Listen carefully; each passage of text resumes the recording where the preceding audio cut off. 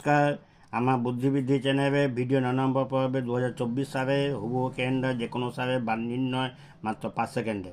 হুবহু সালগুলি যে কোনো তারিখের বার সারণী দেওয়া আছে, কয়েকটি তারিখ নিয়ে আলোচনা করিতেছি।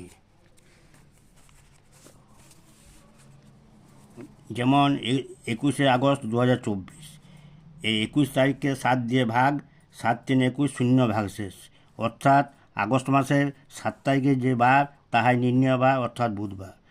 পরবর্তী 2 নম্বর 5 সেপ্টেম্বর 2024, 5কে 7 দিয়ে ভাগ করে 5 ভাগশেষ, অর্থাৎ সেপ্টেম্বর মাসের 5 তারিখে যে বার তাহাই নির্ণয় বার, অর্থাৎ বৃহস্পতিবার।